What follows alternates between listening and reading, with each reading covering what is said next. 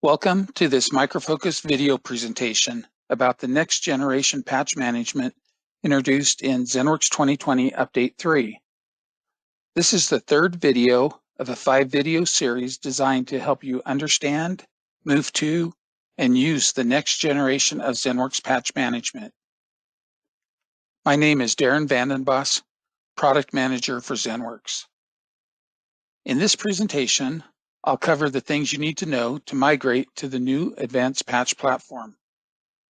This includes an overview of the migration process, details about what you'll need to prepare before migrating, and then a demonstration of the migration.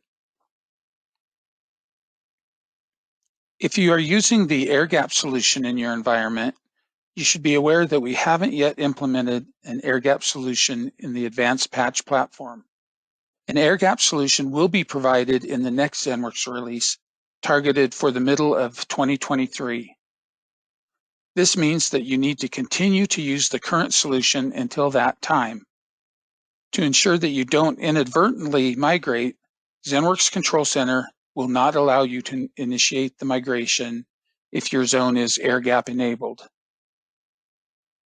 If you have the need to patch macOS devices, I want you to be aware of the current status of the advanced patch platform. In terms of patching third-party applications, both patch detection and remediation work for macOS Intel and macOS Silicon. For operating system patching, patch detection works for both macOS Intel and macOS Silicon. However, patch remediation, meaning the installing of missing patches, does not work for either macOS Intel or macOS Silicon. This is due to recent changes by Apple that require admin or volume user credentials to be supplied when applying operating system patches. We are currently working on securely providing this capability and expect it to be available soon. If the current ZENworks patch management solution is working for your macOS patching needs, we recommend that you stay on the current solution until we have released the fix and then migrate to the advanced patch platform at that time. As mentioned in the introduction video, the advanced patch platform includes a new patch feed, a new patch agent on managed devices, and a new patch microservice on primary servers. These changes, in combination with patch content no longer being associated with bundles, require a migration to move from the legacy patch platform to the advanced patch platform. After installing Update 3, you use the Patch Migration Wizard to initiate the migration. The wizard first shuts down the patch subscription service and its related services. It then removes all patch bundles from the database. This is all bundles located under the ZPM folder. At the same time, it starts the deletion process for all patch content stored on primary servers and satellites in your system. This is done slowly over a period of time so as not to impact the performance of your primary servers and satellites. It works as a background process so that you can finish the migration and get your new patch system running even before the old content is completely removed. The migration wizard then lets you choose whether you want to retain your current patch policies and patch configuration settings or remove them. The default is to retain your policies and settings.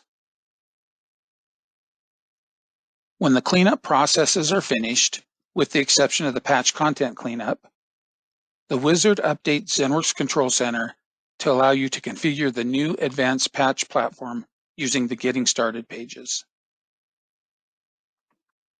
Before you start the migration, there are several prerequisites you should make sure are satisfied. The first prerequisite is to make sure that you have a valid patch subscription key. Your current subscription key will continue to work after the migration if you downloaded the key from the Microfocus Software and Downloads portal. If you are not using a subscription key from the portal, and instead are using one that was issued prior to the launch of the SLD portal in March 2021, that key will not work. This situation will only apply if you are using a multi-year subscription that was purchased before March 2021. Why is that the case? When we move to SLD for licensing, we continue to support the pre-SLD license keys to ensure continuity of service. We are now over 18 months past the move to SLD, so the advanced patch platform will only support keys from SLD. The second prerequisite is to make sure that your ZENworks servers and managed devices meet the version requirements. All primary servers and satellites must be at least ZENworks 2020 Update 3. We strongly recommend that all managed devices are also on at least Update 3. If this isn't possible, you can continue to use older ZENworks 2020 and 2017 agents, provided they meet a couple of requirements. For Windows managed devices, .NET Framework 4.8 or newer must be installed. Not all Windows versions support .NET 4.8. Please refer to the Micro Focus .NET Framework System Requirements article I've listed here. For all managed devices, the managed device operating system must be supported for patching by ZENworks 2020 Update 3 Patch Management. To check this, see the supported patch content document I've listed.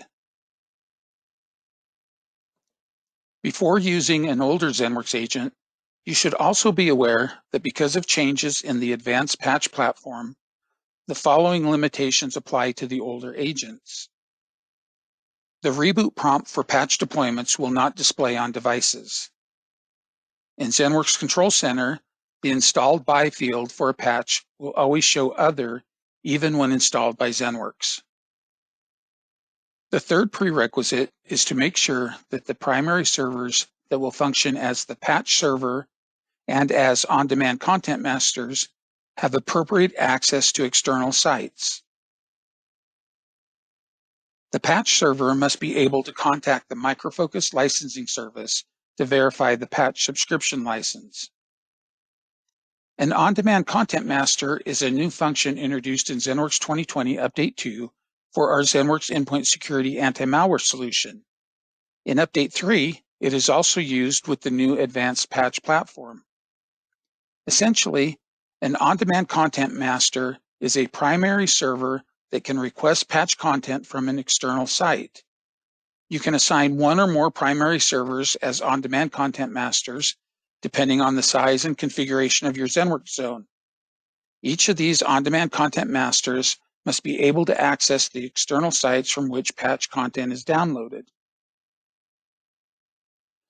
I'll use a simple diagram to show you what access is needed.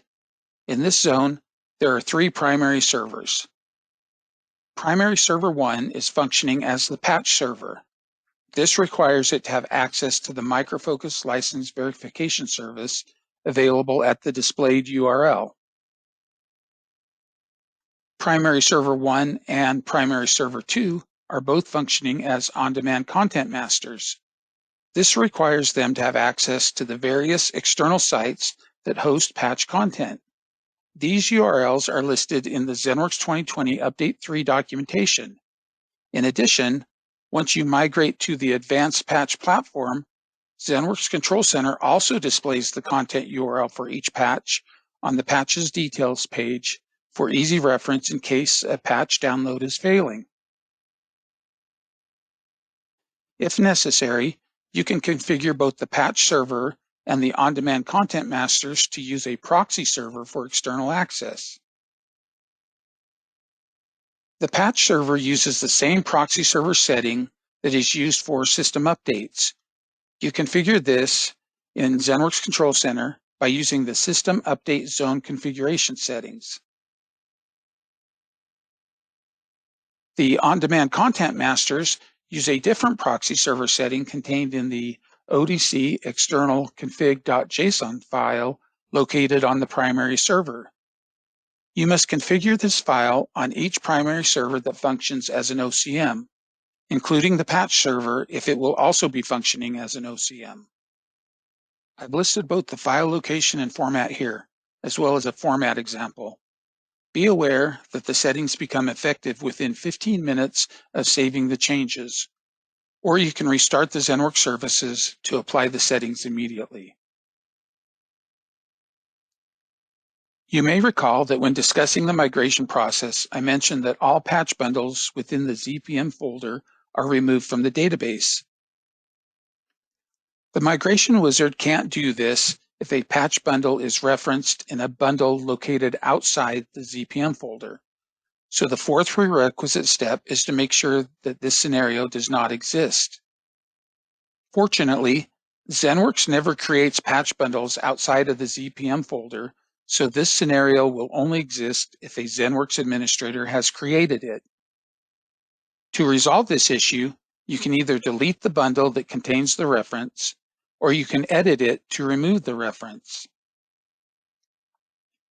If you don't know if you have this issue, you can run the migration wizard. It will detect the situation and list the referencing bundles. You'll then need to resolve the issue before you can continue with the migration. The final prerequisite steps need to be taken immediately before starting the migration. Back up the ZENworks database. The closer you do this to migration, the fresher the data will be if you need to restore it for some reason. Make sure that all primary servers in the zone are up and all ZENworks services are running. If you're using ZENworks reporting, stop any reports from being generated during the migration. If you have any third-party processes that access patch data in the ZENworks or Vertica databases, stop these processes. And lastly, if you're using the subscription service, disable it so that it is not running during the migration. After making sure to meet these prerequisites, we're ready to run the migration. But before doing that, let's look at some of the patch areas that will change because of the migration. This will give us a pre-migration state to compare against the post-migration state. In the zone I'll migrate, I have two primary servers.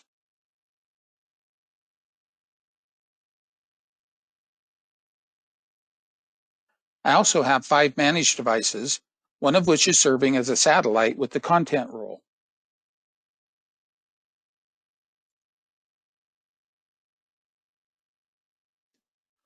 The zone patches list displays the patches available in my system, including patches whose content has already been cached to the 2 primary servers and satellite.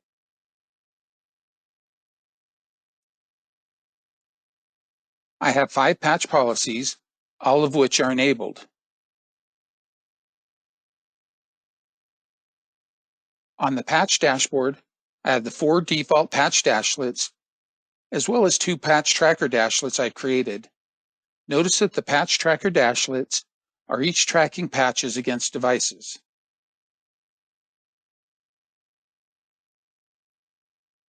On the security dashboard, I have the 2 default CVE dashlets, as well as 2 CVE tracker dashlets I've created.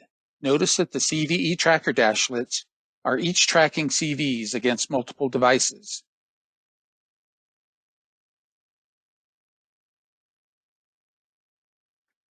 Looking at the ZPM bundles folder, you can see that folders exist for the DAUs, patches, the patch agent, and the policies. I even have a patch bundle for a remediation deployment that used an enablement package to update a Windows 10 device from one feature build to another. Now I'll start the migration using the migration wizard that is located on the patch subscription service settings configuration page.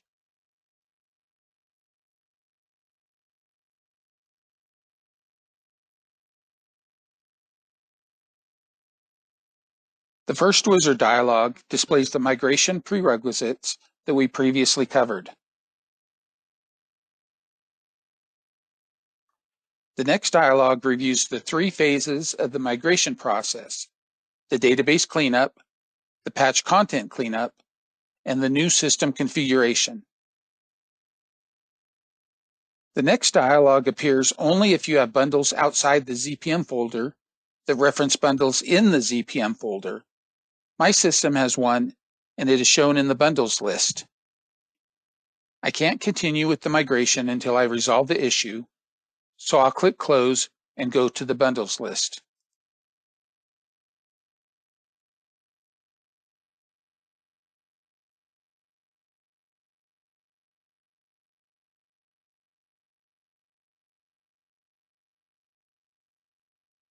If I open the bundle and look at the bundle actions, I see that I have an install action to install a DAU bundle.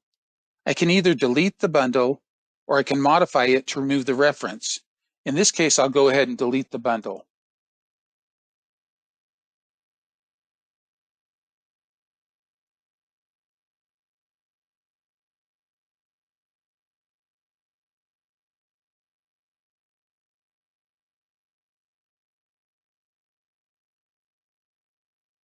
Launching the migration wizard again, I can now proceed to the database cleanup option dialog. This dialog lets you choose whether you want to retain your patch policies and configuration settings or remove them. The default is to retain them, which is recommended unless you want to completely start over with creating new patch policies and reconfiguring your patch configuration settings.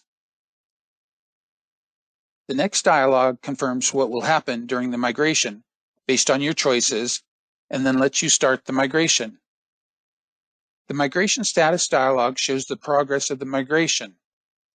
Both the database cleanup and content cleanup tasks will remain in progress until the database cleanup is complete. At that point, both tasks will show the green icon to indicate that you can now start configuring the new patch management system, even though the content cleanup is still in progress. This is because the content cleanup occurs in the background and can take a while depending on the number of content servers you have and the amount of patch content to clean up. One thing to note before I move on to configuring the system: cleanup of the database can take some time, but it is generally complete within an hour. If needed, you can close the migration status dialog during the database cleanup, and the cleanup will continue. You can then come back to the migration wizard to check on the cleanup progress and continue if it is complete. When I click Start Configuration, the first thing I'm prompted to do is select whether my zone is a production zone or a non-production zone. A non-production zone would be a zone that you're using in a lab for testing. Your choice does not affect the product's functionality.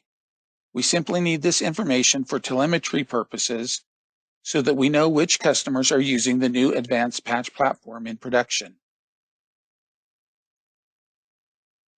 The configuration proceeds, and ZENworks Control Center is reconfigured to display the interface needed for the new advanced patch platform.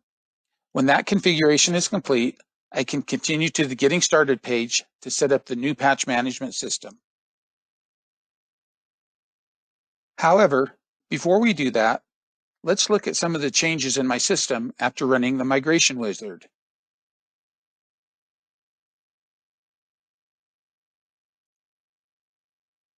On the patches page, there are no patches listed because they've been removed from the ZENworks database.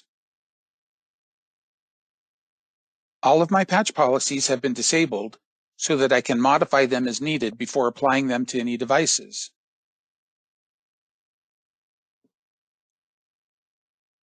On the patch dashboard, there are now only 3 default patch dashlets because the subscription service dashlet is no longer needed and has been removed. You'll also notice that the dashlets have no data to display since the database no longer contains any patch data.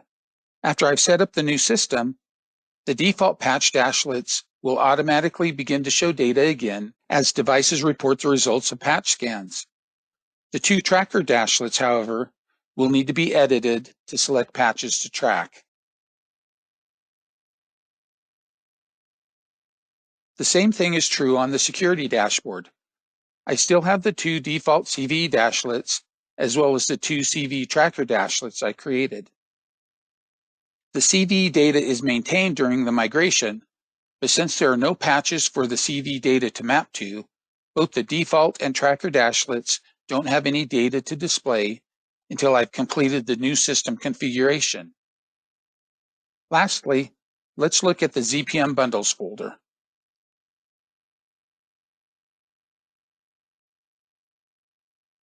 All of the patch bundles and folders have been deleted except for the policies folder.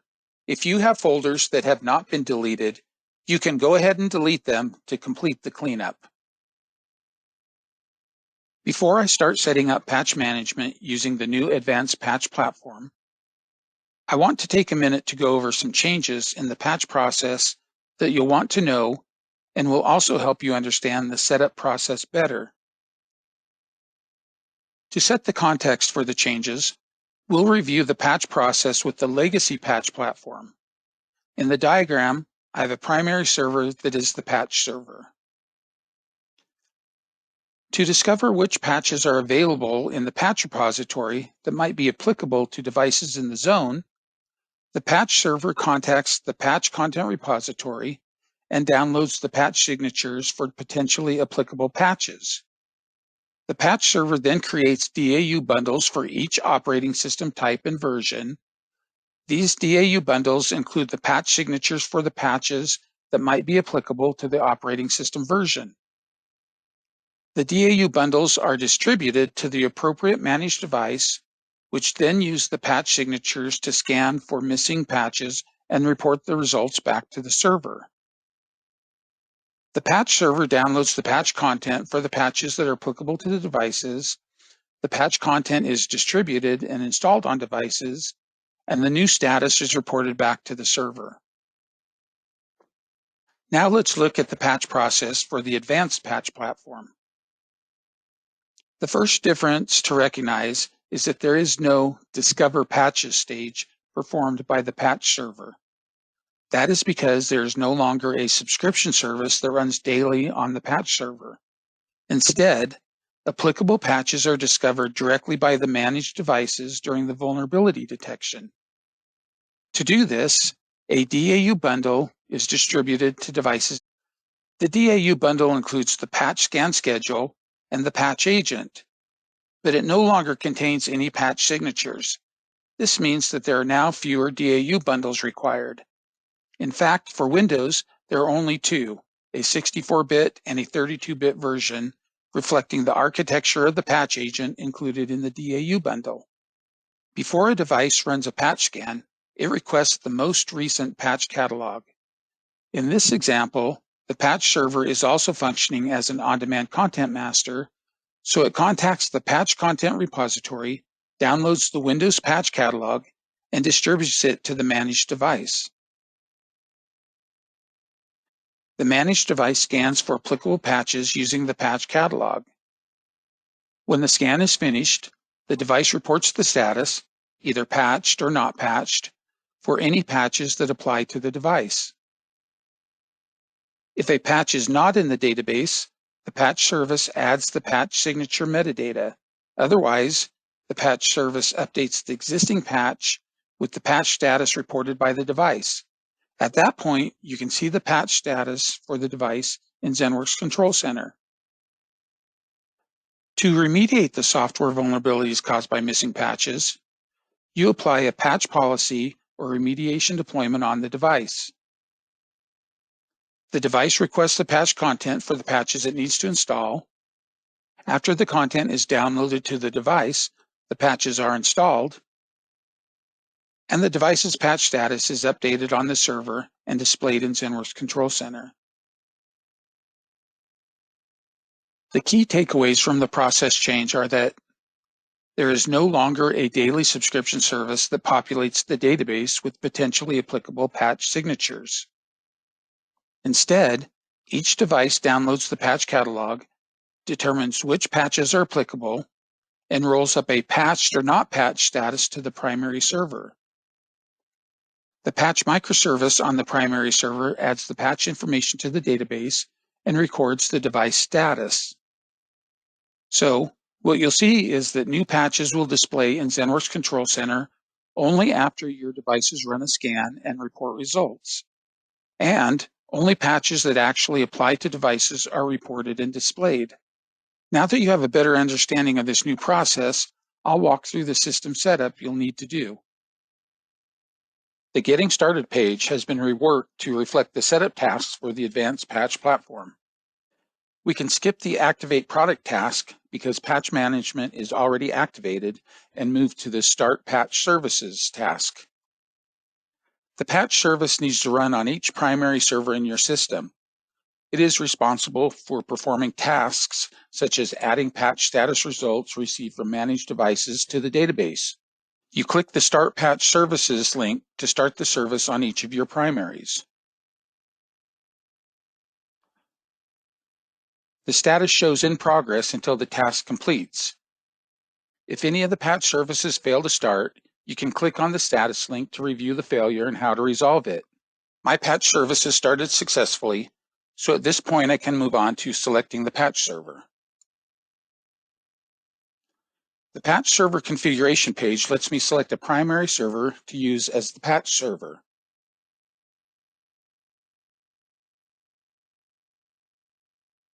The patch server initiates patch-related tasks, including checking the subscription license against the Micro Focus license verification service. The patch server's access to the service is tested when you click OK at the bottom of the page to save the patch server configuration.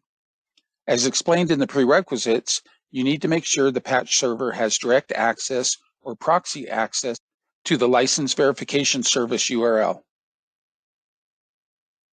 The patch server you select is also designated as an on-demand content master to access external sites and retrieve patch content.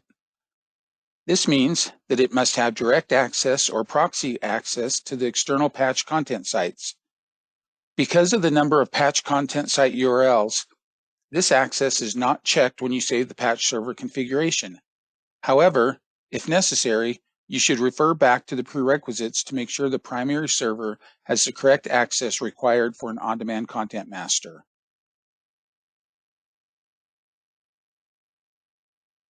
Another maintenance task that the patch server performs is rebuilding the DAU bundles. As you can see in the maintenance schedule section, the daily maintenance default start time is set to 1 a.m., but can be customized. I'll leave it at 1 a.m. When I click OK, the DAUs are automatically built the first time so that you don't need to wait for the scheduled maintenance time.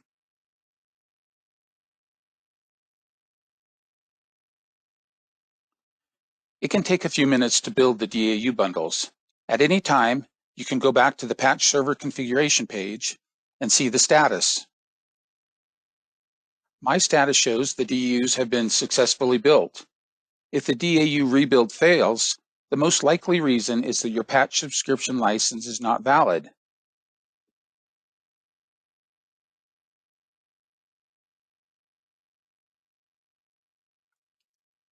You can verify the license on the Patch Management Product Activation page.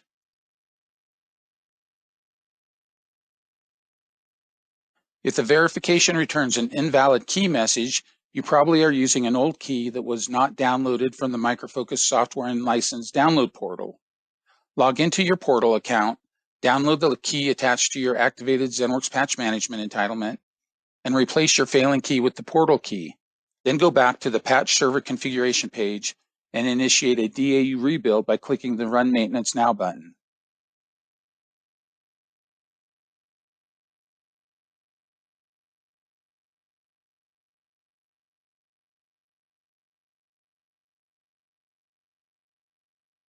When the DAU bundle is built, you'll be able to see the DAU and Patch Agents folders in the ZPM Bundles folder.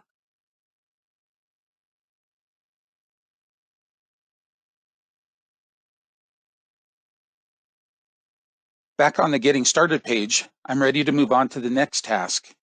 I'm using the CVE subscription, and the green icon shows that it is configured already.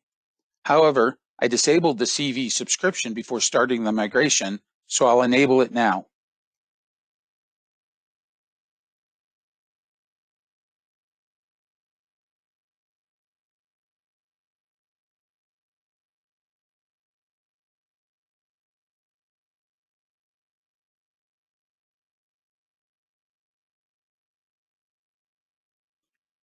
If you chose to retain your patch policies, you'll see this patch policies icon showing that you need to verify your policies and re-enable them. I could try to do that now, but until my devices run a patch scan using the new patch agent distributed in the DAU bundle, I won't have any patches against which to evaluate policy criteria. I could wait for patch scans to occur at their scheduled time, but instead I'm going to initiate a scan from the devices list.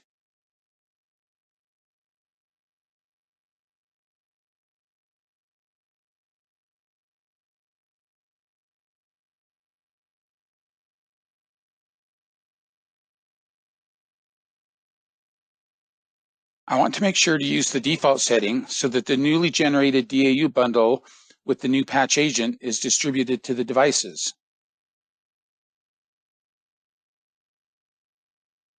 Coming back to ZENworks Control Center after a while, I can see that all 5 devices have scanned and reported their results. Looking at the patches list, I can see that it now contains patches. I'm now ready to review my policies and make any changes that might be necessary. Before opening a policy, let's cover some of the things that are different in the advanced patch platform that might affect how you define the criteria in a policy. The first difference is with vendor names. Some names have changed, such as Microsoft Corp now being Microsoft. This, of course, will affect any policies in which you've used the vendor name filter. You'll notice this with Windows, Mac, and Linux patch policies. The second difference is with patch names, primarily with the Microsoft Windows operating system patches, which now use bulletin titles as the patch names. As a result, the monthly cumulative updates now use OS build numbers rather than product version.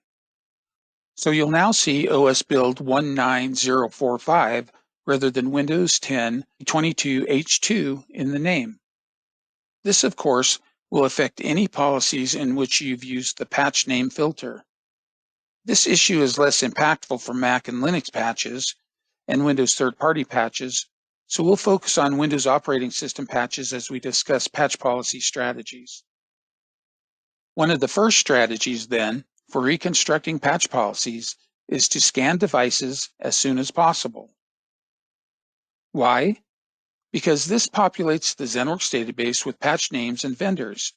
Scanning as many devices as possible ensures that you have a more complete set of missing patches and patch vendors. There are multiple ways you can accomplish this. If you scan regularly, you can wait for the next scheduled scan. Otherwise, you can use the Initiate Patch Scan quick task in ZENworks Control Center, or you can run the ZAC PS command at individual devices. A second important strategy for reconstructing patch policies is to make sure you know the OS build numbers for Windows versions. The format for Windows releases is major.minor.build.revision. With Windows updates, the major and minor versions are typically ignored and just the build and revision are used. And the build number stays the same for an entire release version. So the build number for Windows 10 22H2 will always be 19045, and only the revision will change. So to identify operating system patches for Windows 10 22H2, you would focus on build number 19045. Microsoft provides release information for each of its current versions. I've included the links for these references here. Now let's take a look at how to successfully construct a patch policy using build numbers rather than Windows version. Back in ZENworks Control Center, I'll open my Windows 11 policy, then go to the Rules tab to show the criteria filters defined for the policy.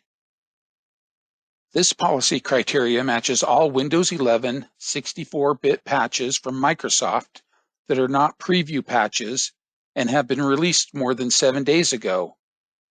The message at the top of the page tells me that the policy uses a vendor filter and that the old vendor name no longer exists. When I open the vendors list, I can see that Microsoft has replaced Microsoft Corp as the Microsoft vendor name, so I select Microsoft. When I click Apply, the included patches list displays the patches that meet the criteria. You'll notice that some Microsoft patches like .NET still include Windows 11 in their names, so they show up. but no OS monthly cumulative updates are listed. To add these patches, I need to rework my policy so that the patch name criteria filters for patches that include Windows 11 or OS build 22000 or OS build 22621, the two OS build numbers for Windows 11 21H2 and 22H2. Currently, the filters are being combined using AND. I need the filters to be combined using OR so that I can have patch name filters for Windows 11 or build 22000 or build 22621.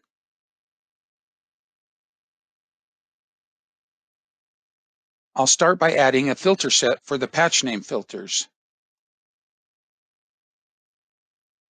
The first filter I'll add is for Windows 11.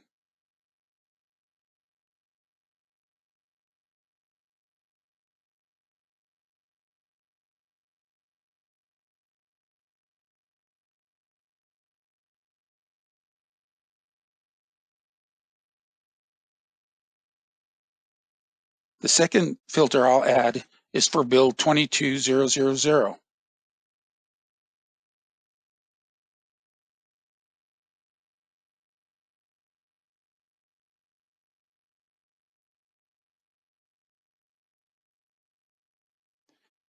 And the third filter I'll add is for build 22621. Now I need to add the patch name filter that causes preview patches to be excluded. I do that by adding another filter set. You can see that the two filter sets are connected by AND, which will match patches that include Windows 11, 22000, or 22621, and do not contain preview.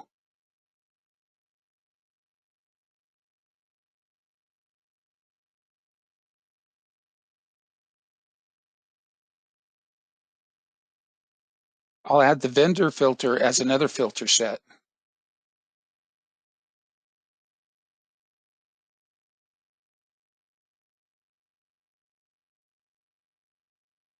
And the architecture filter as another.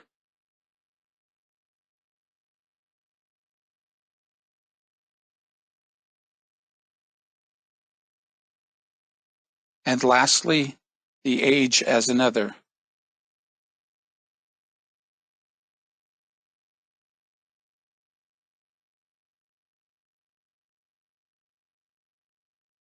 I'll now delete the old filters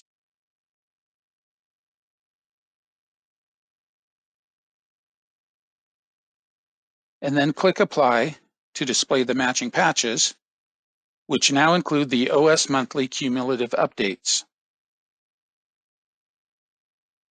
I'll go ahead and publish the policy now.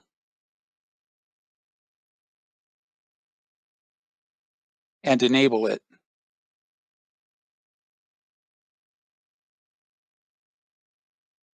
I can then repeat this process with my other 4 policies. Thank you for joining me for this presentation about migrating to the Advanced Patch Platform. At this point, you can scan and remediate devices with a few exceptions. In the next video in the series, Video 4, Enabling Native Channel Patches and Software Installers, I'll cover how to ensure that you can apply those patches as well. Take care and have a great day.